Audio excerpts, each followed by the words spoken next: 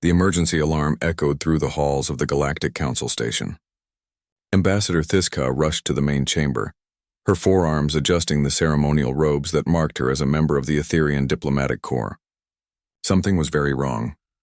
The massive holographic display showed star maps with red warning lights blinking across 12 different systems. Ancient structures that had been dormant for thousands of years were suddenly active.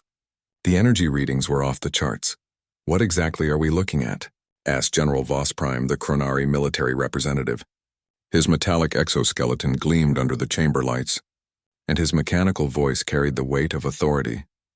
"Precursor artifacts," replied Hive Queen Zach, speaking for the collective consciousness of the Zephyrite species.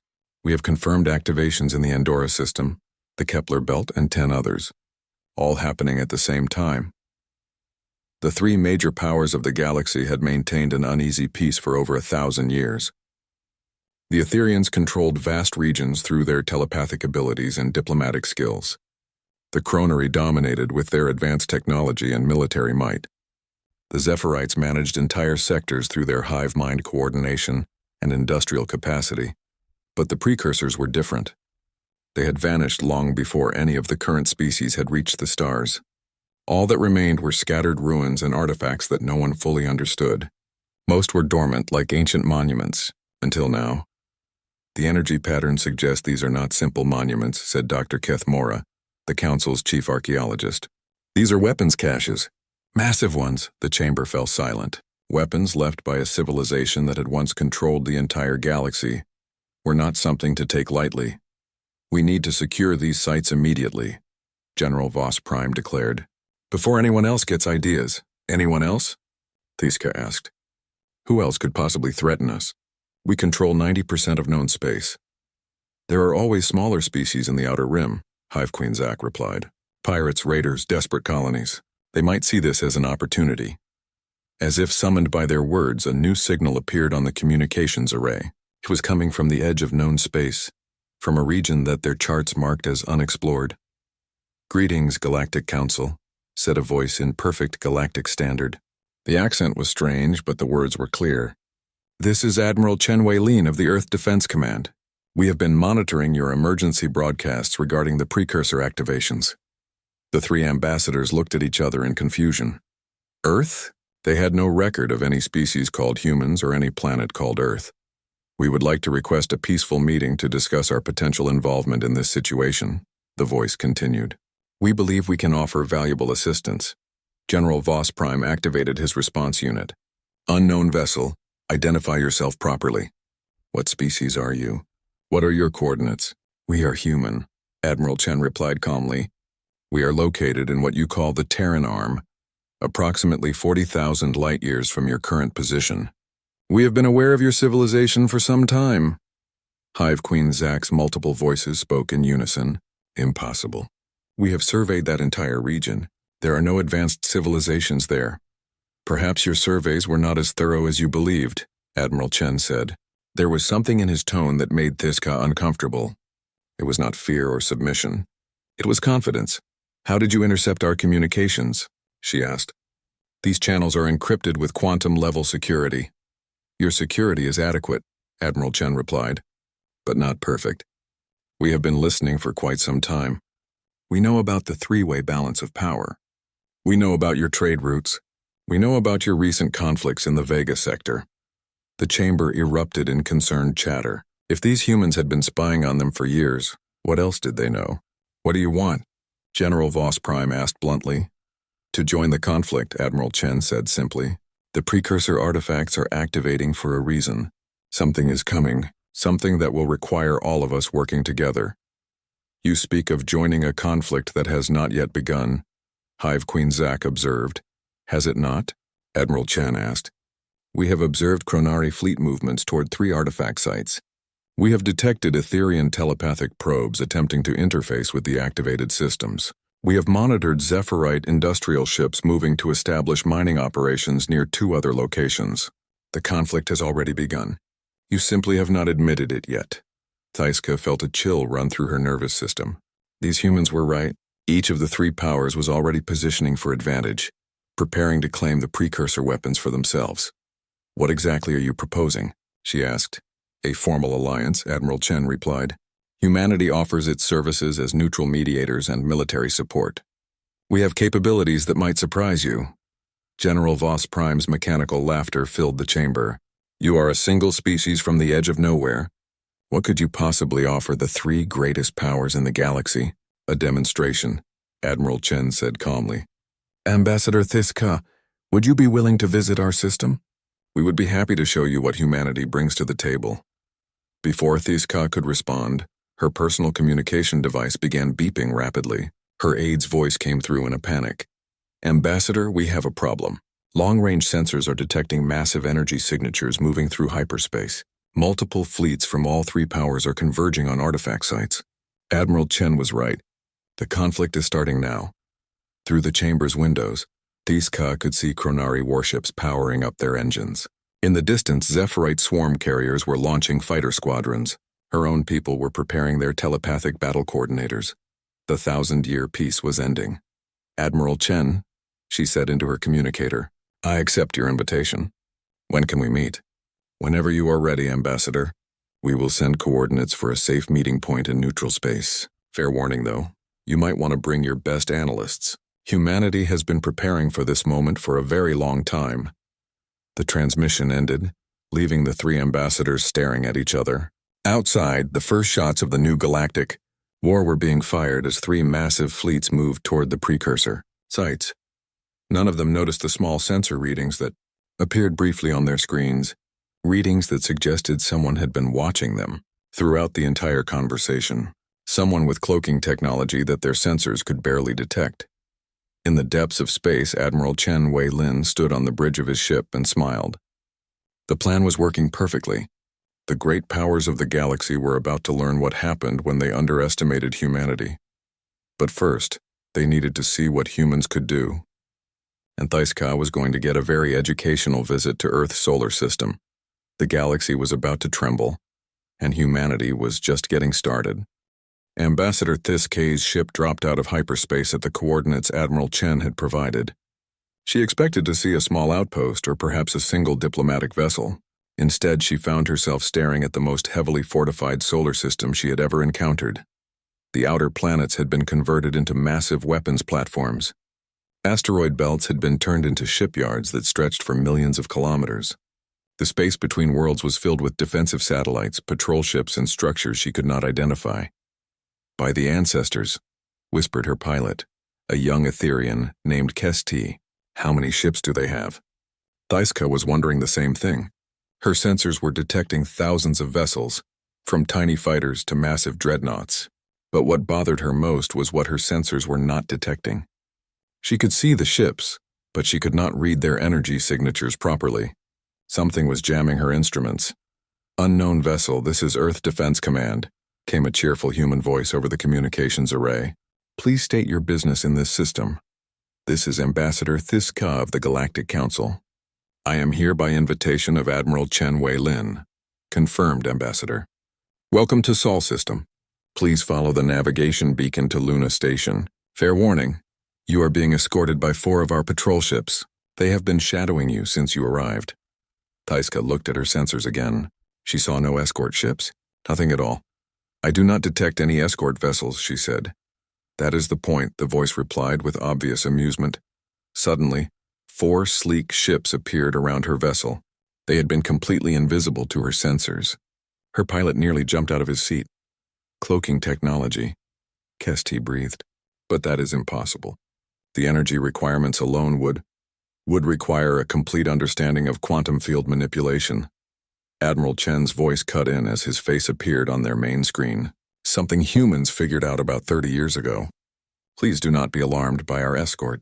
They are there for your protection. Protection from what? Thiska asked. From the automated defense systems, Admiral Chen replied casually. This entire solar system is basically one big weapons array. We would hate for you to accidentally trigger something. As her ship moved deeper into the system, Thiska began to understand what Admiral Chen meant. Every piece of space debris was a potential weapon. Every satellite was armed. Even the communication relays had defensive capabilities. How long have you been building all this? She asked. Oh, about 200 years, Admiral Chen said. Ever since we detected the first Galactic Council transmissions and realized we were not alone, we decided it was better to be ready for visitors than to be caught unprepared. 200 years. These humans had been preparing for first contact for 2 centuries. Thiska felt a growing unease. Luna Station turned out to be a massive structure built into Earth's moon. As her ship docked, she could see construction crews working on new sections. The humans were still expanding their defenses. Admiral Chen met her at the airlock. He was smaller than she had expected, with graying hair and kind eyes. But there was something about his posture that reminded her of a predator, pretending to be harmless. "Ambassador Thiska, welcome to humanity's home," he said with a warm smile. "I hope the journey was not too difficult." "Your system is very impressive," she replied diplomatically. "Though perhaps a bit heavily armed for a peaceful species." Admiral Chen laughed. "Peaceful? Who said we were peaceful? We said we wanted to discuss peace. That is not the same thing at all." He led her through corridors filled with humans in military uniforms. Everyone they passed nodded respectfully to the Admiral, but Thiska noticed their eyes. They were constantly watching, constantly alert.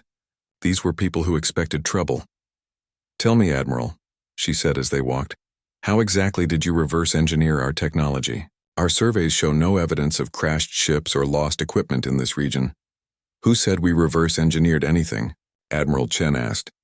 "We developed our technology ourselves, though we did have some inspiration from intercepted transmissions." They entered a large briefing room where several humans were waiting. Admiral Chen introduced them as his staff. Dr. Sarah Morrison, a specialist in alien cultures. Commander Yuki Nakamura, head of special operations. General Marcus Thompson, strategic planning. And most unsettling of all, an artificial intelligence called Prometheus that appeared as a holographic representation. Prometheus has been analyzing Galactic Council activities for the past 80 years, Admiral Chen explained. It predicted this crisis almost to the day. The AI's holographic form turned to face Thiska. "Ambassador, based on historical patterns, I calculate a 78% probability that war between the 3 council powers was inevitable within the next decade. The precursor activation simply accelerated the timeline." "You have been spying on us for 80 years? Thiska asked, her diplomatic training struggling to keep the anger out of her voice. "Not spying," Dr. Morrison corrected. "Observing. There is a difference." "What kind of difference?" "Spying implies we were hiding our activities," Commander Nakamura said with a slight smile. "We were not hiding. You simply were not looking hard enough." Admiral Chen activated a holographic display that showed the galaxy. Red dots marked the locations of precursor artifacts. Blue dots showed the positions of council fleets. And green dots showed human ships. Thiska stared at the display in shock. There were green dots everywhere. Not just in human space, but throughout the galaxy. "Hundreds of them. How is this possible?" she whispered. "We have been exploring for quite some time," Admiral Chen said. "We are very good at not being noticed. But our sensors, our patrols, and are designed to detect threats that think like you do," Prometheus explained. "Humans think differently. We approach problems from angles you do not consider." General Thompson leaned forward. "Ambassador, let me ask you something. In your 1,000 years of peace, how many wars have you actually fought?" "We have maintained peace through diplomacy and—" "That was not the question. How many wars?" Thiska thought about it. "Perhaps a dozen small conflicts. Border disputes mostly. Humans have fought over 3,000 wars in the past 2,000 years, General Thompson said quietly. "We know war in ways you cannot imagine. We study it. We practice it. We prepare for it constantly. But surely the 3 council powers together could what?" Admiral Chen interrupted. "The Chronari have superior individual technology, but they think in straight lines. The Etherians have telepathic coordination, but they rely too heavily on mental links that can be disrupted. The Zephyrite have numbers, but hive minds are vulnerable to decapitation strikes." Dr. Morrison pulled up another display. "We have been studying all 3 species for decades. We know your strengths, your weaknesses, your tactical preferences, and your psychological profiles. While you," Commander Nakamura added, "knew nothing about us until 3 days ago." Thiska sat down heavily. The humans were right. They had been completely blindsided by first contact. How many other species were out there that they had missed? "What do you want from us?" she asked. Admiral Chen's expression became serious.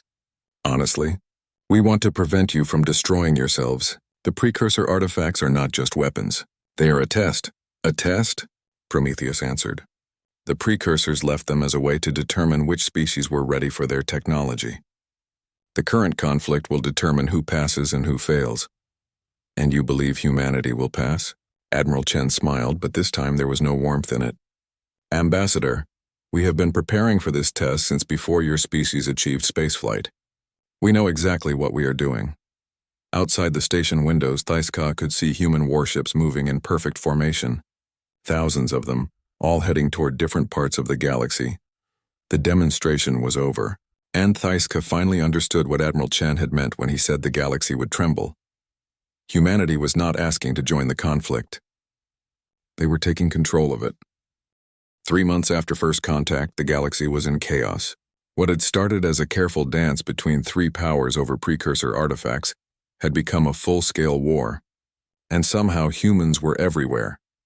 General Voss Prime stood on the bridge of his flagship, the Chronari Dreadnought Hammer of Justice, studying the tactical display with growing frustration. His forces had been fighting the Etherians for control of a precursor site in the Deneb system for 2 weeks. Every time they gained an advantage, something went wrong. Sir, his tactical officer reported, the Etherian fleet is retreating again. Pursuing? No, sir. Our engines are experiencing technical difficulties.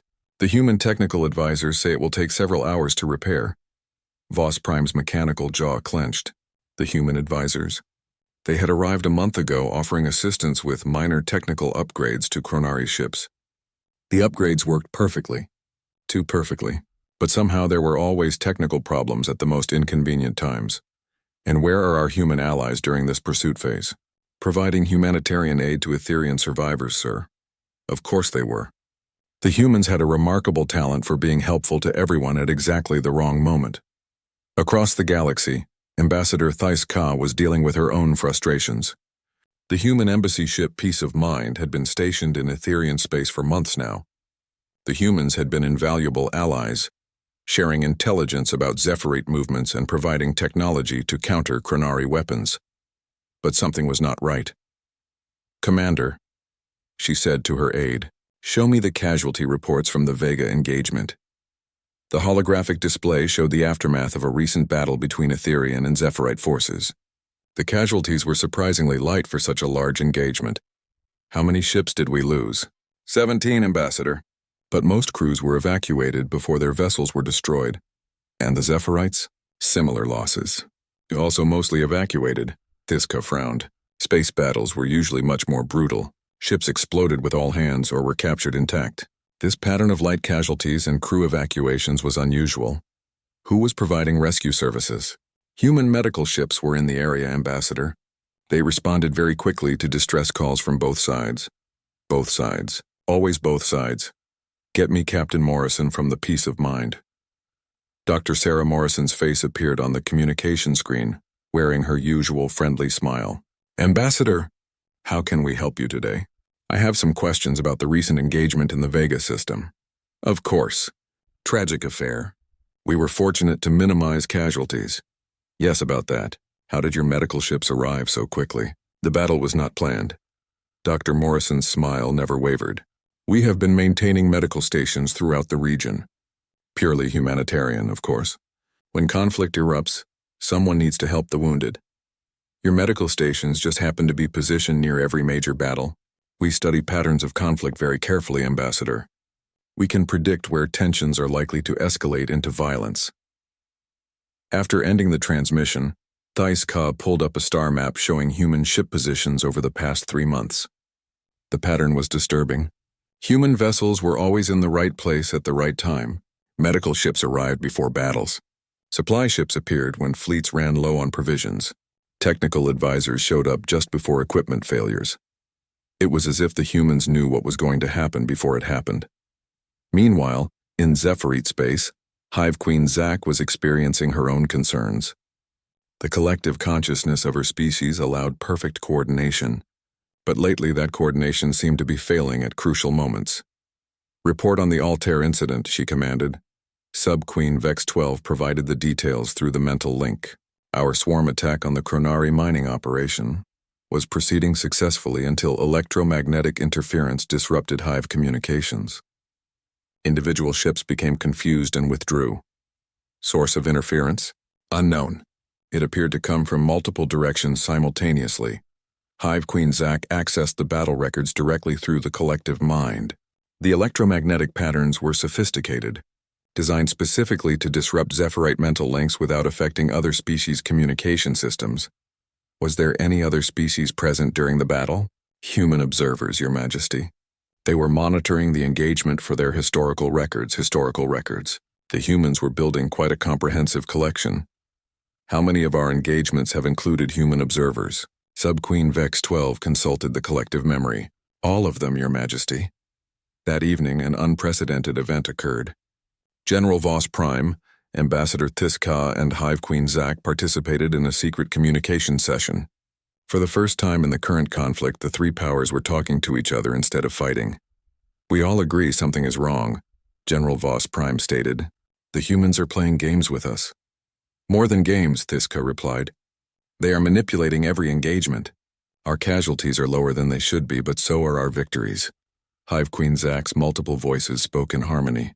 The collective has analyzed human behavior patterns. They are not trying to help any of us win. They are trying to control how we lose. And what do you mean? General Voss Prime asked.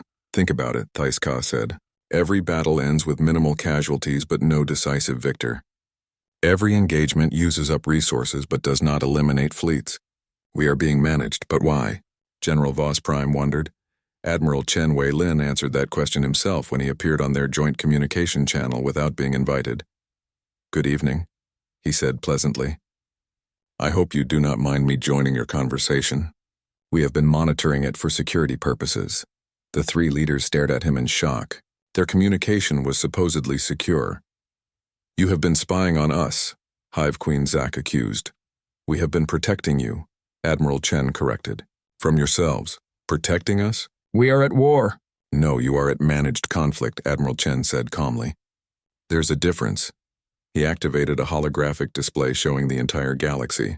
Red lines connected various systems, showing trade routes, supply lines, and communication networks. Your war has been very beneficial for galactic commerce, Admiral Chen explained. Demand for weapons has increased manufacturing. Competition for resources has driven innovation.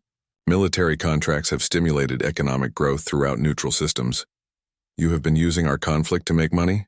General Voss Prime asked, his mechanical voice rising with anger. Not just money. Progress.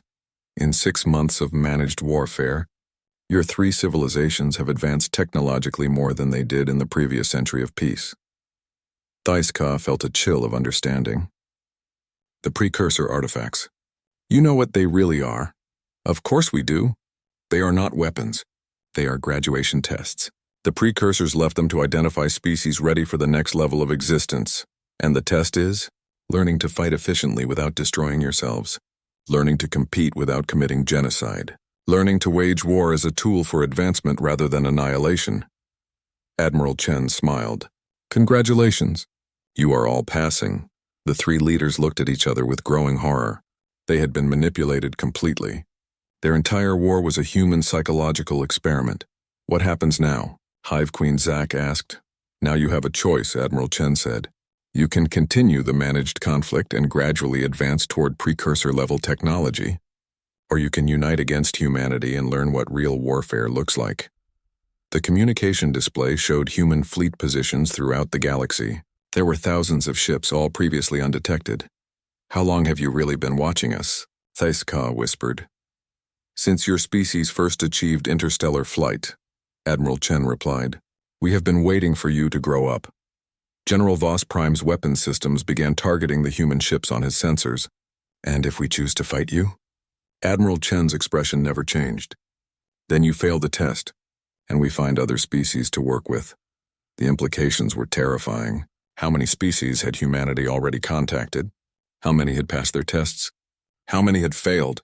The galaxy is much bigger than you realize, Admiral Chen continued. And humanity has been very busy. In systems throughout Council space, cloaked human vessels began revealing themselves. The three powers finally understood the scope of what they were facing. The galaxy was not trembling from war between ancient powers. It was trembling because humanity had decided it was time to reshape everything. The discovery changed everything. Within hours of Admiral Chen's revelation, emergency sessions convened across Council space. For the first time in 1,000 years, the three great powers were working together. Their target? Humanity. General Voss Prime commanded the joint investigation from his flagship. Teams of specialists from all three species worked together to uncover the truth about human infiltration. What they found was worse than anyone had imagined. Report, he commanded his mixed staff of Chronari, Etherian and Zephyrite officers. Lieutenant Kesti, the young Etherian who had piloted Ambassador Thiska to Earth, stepped forward with a datapad. His hands were shaking. Sir, we have confirmed human presence in 73% of all Council facilities. They were not hiding. We just were not looking for them. Explain. They used our own bureaucracy against us. Human agents applied for positions as maintenance workers, cultural liaisons, research assistants. All properly documented, all with perfect identification. Commander Zix-9, representing the Zephyrite Collective, added more disturbing details. The humans have been living among us for decades. They learned our languages, studied our customs, even married into our families. Married? General Voss Prime's mechanical voice cracked slightly. 17 confirmed cases of human council species relationships. They have children. Half-human offspring who are fully integrated into our societies. Ambassador Thiska reviewed the security footage from her own embassy. Staff members she had known for years were revealed to be human agents. Her personal assistant, who had been with her for 5 years, was actually Dr. Sarah Morrison using advanced disguise technology. How did we miss this? She wondered aloud. The answer came from an unexpected source. Prometheus, the human AI, appeared on their communication screen without being invited. You missed it because you were not looking for it, the AI explained calmly. Your security protocols were designed to detect military threats, not social infiltration.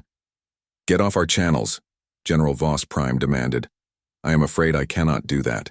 These channels were installed using components manufactured on Earth. We have administrative access to all Council communication systems. The Joint Command Team stared at each other in horror. If the humans controlled their communications, what else did they control? Your weapon systems, Prometheus continued as if reading their thoughts. Your ship computers, your medical systems, your food production. Shall I continue? Dr. Morrison appeared on the screen beside the AI. She was no longer using her disguise. Her real appearance was similar but somehow more predatory. Hello again, Ambassador Thiska. I hope you are not too upset about the deception. We had our reasons. You infiltrated our entire civilization, Thiska said, her diplomatic training struggling to control her anger. We integrated with your civilization, Dr. Morrison corrected. There is a difference. What difference? Infiltration implies hostile intent. Integration implies mutual benefit. General Voss Prime accessed his ship's diagnostic systems. The results were devastating. 70% of his vessel's components had been manufactured using human technology or materials. His weapons, his engines, his life support, all dependent on human systems. You have been selling us our own equipment, he realized. We have been upgrading your equipment, Prometheus replied. Your original technology was functional but primitive. Our improvements made you competitive with each other. Commander Zix-9 spoke for the collective consciousness. The hive mind is analyzing all trade records. Human corporations have been major suppliers for all three powers for the past 50 years. Corporations we thought were owned by our own people, Thiska added. Dr. Morrison smiled. They are owned by your people who happen to work for us. The investigation revealed layer after layer of human influence. Economic systems, political structures, even cultural movements had been guided by human agents. The three powers had been living in a carefully constructed reality. But why? Ambassador Thiska demanded. What is the purpose of all this deception? Admiral Chen appeared on the screen beside Dr. Morrison and Prometheus. The purpose was preparation. We needed you ready for what comes next. The precursor test? The precursor test is just the beginning. Pass it, and you qualify for membership in the galactic community, the real galactic community. Admiral Chen activated a holographic star map that extended far beyond the regions they knew. Thousands of systems were marked with various symbols representing different species and civilizations. Your council controls perhaps 5% of this galaxy's inhabited worlds, Admiral Chen explained. There are hundreds of other species out there, most of them much more advanced than you. That is impossible, General Voss Prime protested. Our surveys were limited to regions we allowed you to explore. We have been managing first contact for all younger species. You are not ready for the full truth. Hive Queen Zach's image appeared on the communication array. She had been monitoring the conversation from Zephyrite space. Show us, she demanded. Show us this real galactic community. The star map expanded further. Species markers appeared across the entire galaxy. Some were marked in green, indicating human allies. Others were marked in blue for neutral powers. A few were marked in red, the red ones, Theska asked. Species that failed their tests, Dr. Morrison said quietly. They chose conquest over cooperation. Extinction over evolution. You destroyed them? We helped them destroy themselves. Just as we would have helped you if you had failed. The implications were staggering. Humanity was not just another species. They were the guardians of galactic civilization, managing the development of younger races and eliminating threats. How many species have you tested? General Voss Prime asked. Yours are the 47th, 48th, and 49th, Prometheus replied. Most species are tested individually. Your three-way balance of power was unusual, so we designed a group test. And how many passed? 31 species currently hold membership in the galactic community. 15 failed and were eliminated.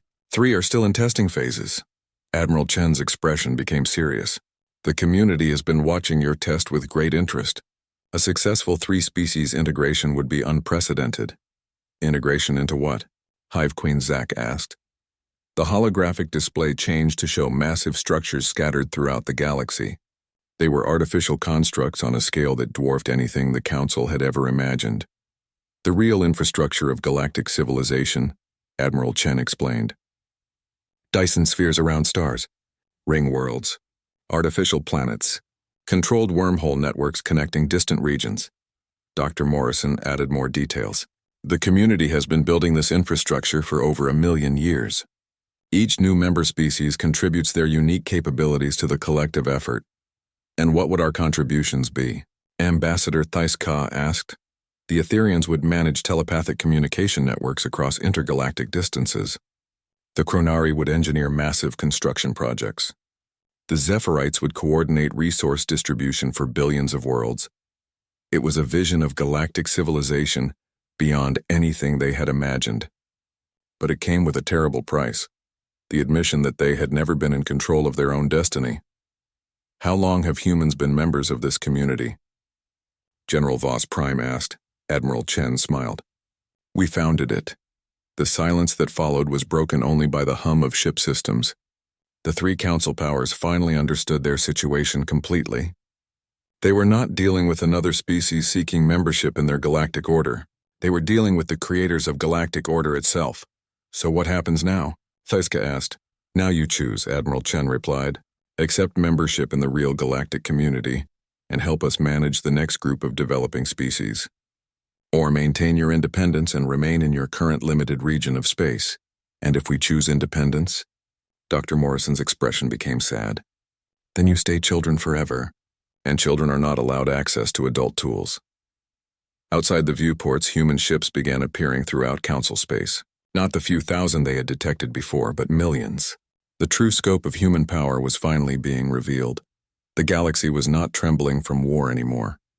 It was trembling from the realization that everything they thought they knew had been carefully constructed by humanity to prepare them for this moment. The test was ending. The real challenge was about to begin. The decision took 3 days of emergency sessions across Council space. In the end, it was not really a choice at all.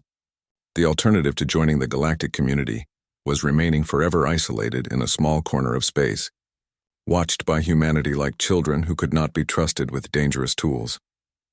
Ambassador Thiska stood in the main chamber of the Council station, but everything had changed. The room was filled with beings she had never seen before, representatives from 31 different species, all members of the true galactic community. Some looked almost familiar, variations on themes she recognized. Others were so alien she could barely understand their form of existence. The Etherian, Chronari, and Zephyrite species are hereby welcomed into the galactic community, announced a being that seemed to be made of living crystal.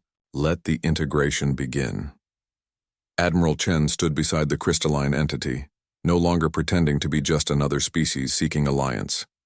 His uniform bore insignia that marked him as a senior administrator in an organization that spanned the entire galaxy. Integration will proceed in 3 phases, he explained to the assembled council representatives. First, technology transfer to bring your capabilities up to community standards. Second, assignment of roles within the community structure. Third, assignment of mentorship duties for the next group of developing species. General Voss Prime stepped forward. His mechanical form had been upgraded with technology that made his previous equipment look like primitive tools. Mentorship duties? Every species that joins the community takes responsibility for guiding the development of younger civilizations, Admiral Chen replied. It is how the system works, how it has always worked. Dr. Sarah Morrison, now revealed as the head of the community's Cultural Integration Department, activated a holographic display. It showed a distant spiral arm of the galaxy, where several young species were just beginning to explore space. The Altarians have just achieved faster-than-light travel, she explained. The Vegans have established their first interstellar colonies. The Centaurians are developing artificial intelligence. They will need guidance to reach the testing phase. Ambassador Thaiska studied the display. The species shown there looked remarkably familiar. They were at roughly the same development level the Council powers had been 1,000 years ago. You want us to do to them what you did to us? We want you to help them grow, Admiral Chen corrected. The specific methods are up to you. Humanity's approach works for species like yours, but other species may need different guidance. Hive Queen Zach spoke for the Zephyrite Collective. What if they refuse our guidance? Then they develop naturally until they are ready for testing, replied the crystalline being, who had introduced itself as Elder Resonance of the Silicon Communion. Some species prefer independence. We respect their choice. But they never advance beyond a certain level, General Voss Prime observed.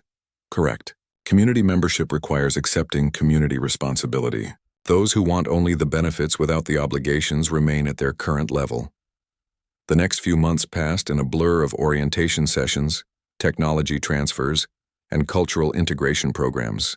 The 3 council species learned about wonders beyond their imagination. The community had built artificial worlds around stable stars, each one supporting billions of beings. They had created networks of controlled wormholes that allowed instant travel across galactic distances.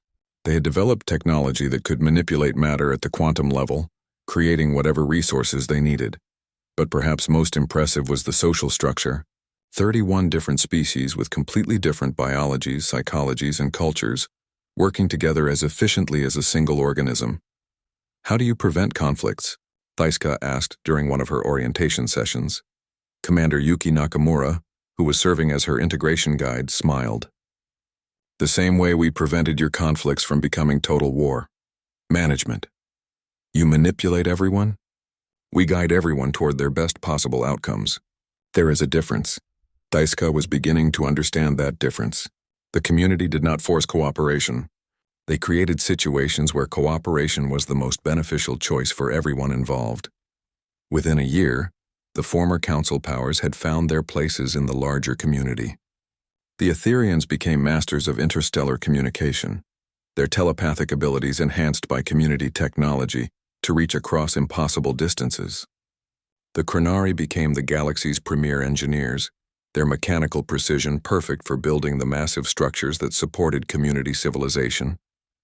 The Zephyrite became resource coordinators. Their hive mind expanded to manage the economic needs of hundreds of worlds simultaneously. But the real test came when they were assigned their first mentorship responsibilities. The young species in the distant spiral arm had continued developing. The Altarians had established a small interstellar empire. The Vegans had begun exploring beyond their local cluster. The Centaurians had achieved artificial intelligence and were beginning to question their place in the universe. It is time, Admiral Chen announced during a community assembly. The Altarian-Vegan Centaurian cluster is ready for guided development. Ambassador Thaiska found herself assigned as primary cultural liaison for the project. It was her responsibility to determine how much contact to allow and when to begin active intervention. She stood on the bridge of a community observation vessel, watching the 3 young species through advanced monitoring systems. They reminded her so much of herself a few years ago, confident in their small understanding of the galaxy, unaware of how much they still had to learn. "What do you think?" Admiral Chen asked, joining her at the observation platform. "Are you ready to be the mysterious advanced species that makes first contact?" Siska considered the question. Below them, the Altarians were having border disputes with the Vegans while the Centaurians tried to play mediator. It was remarkably similar to the old council dynamics. "I think," she said slowly, "that they need to fight their own battles for a while longer. Let them make mistakes. Let them learn from consequences." Admiral Chen nodded approvingly.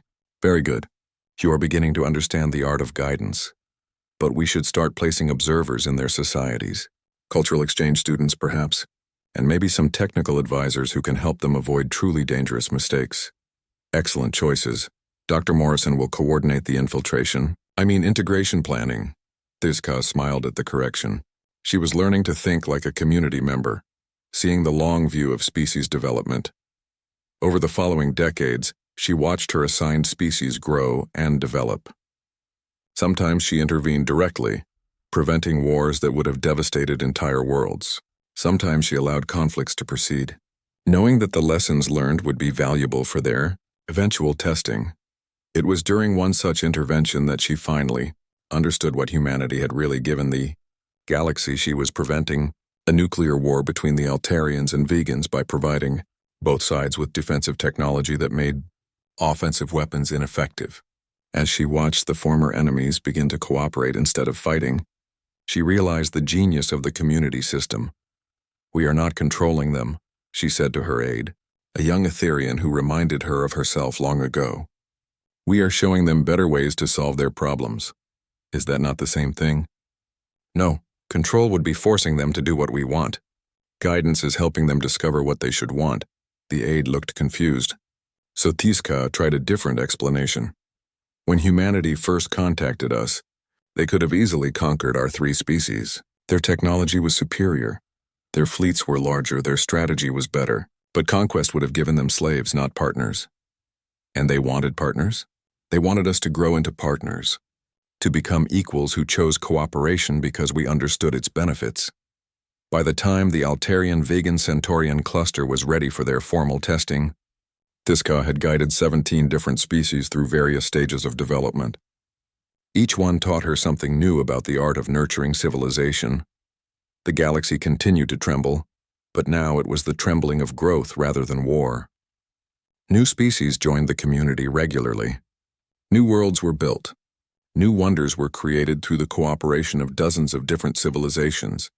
And at the center of it all, humanity continued their ancient role as guardians and guides, helping younger species discover their potential and find their place in the vast community of galactic civilization.